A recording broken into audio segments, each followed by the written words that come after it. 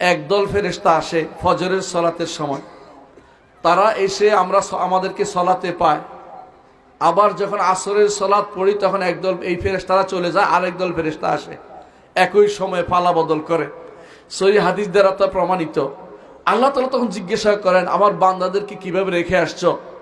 তখন ফেরেশতারা বলে, আমরা তাদেরকে রেখে আসছি, তারা সালাত আদায় করছে। কিভাবে দেখে আসছো? প্রথম গেছিলে, তাদেরকে দেখে আসছি যখন তারা সালাত আদায় করছে। আল্লাহ তাআলা বলেন, আল্লাহ তাআলা জানেন, হাদিসে আসছে আল্লাহ সবই জানেন, কিন্তু তিনি গর্ব করতে ভালোবাসেন। তিনি ছাড়া কেউ গর্ব করা ইসলামে জায়েজ নাই। তিনি গর্ব করে বলেন, উশহিদুকুম আন্নী কদ গফারতু লাহুম, তোমাদেরকে সাক্ষী করে বলছি আমি তাদেরকে ক্ষমা করে দিলাম। আল্লাহু আকবার। এই জন্য রাসূলুল্লাহ সাল্লাল্লাহু আলাইহি ওয়াসাল্লাম বলেছেন, ফজরের সালাত এবং আসরের সালাত যেন তোমাদের ছুটে না যায়।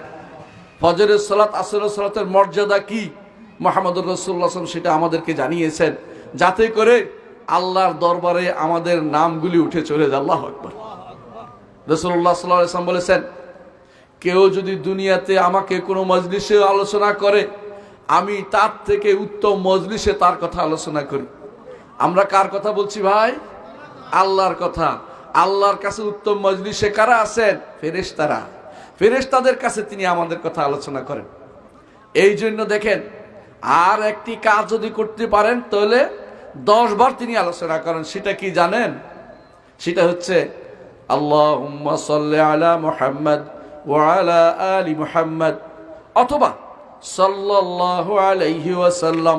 একটু বললেই আল্লাহ 10 বার আলোচনা করেন।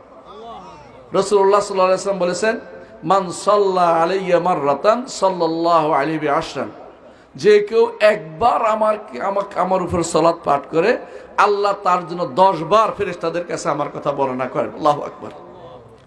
সালাত শব্দের প্রকৃত অর্থ ইমাম বুখারী রাহমাতুল্লাহ আলাইহি নিয়ে এসেছেন আবুল আলিয়া রাহমাতুল্লাহ আলাইহি থেকে। সেটা হচ্ছে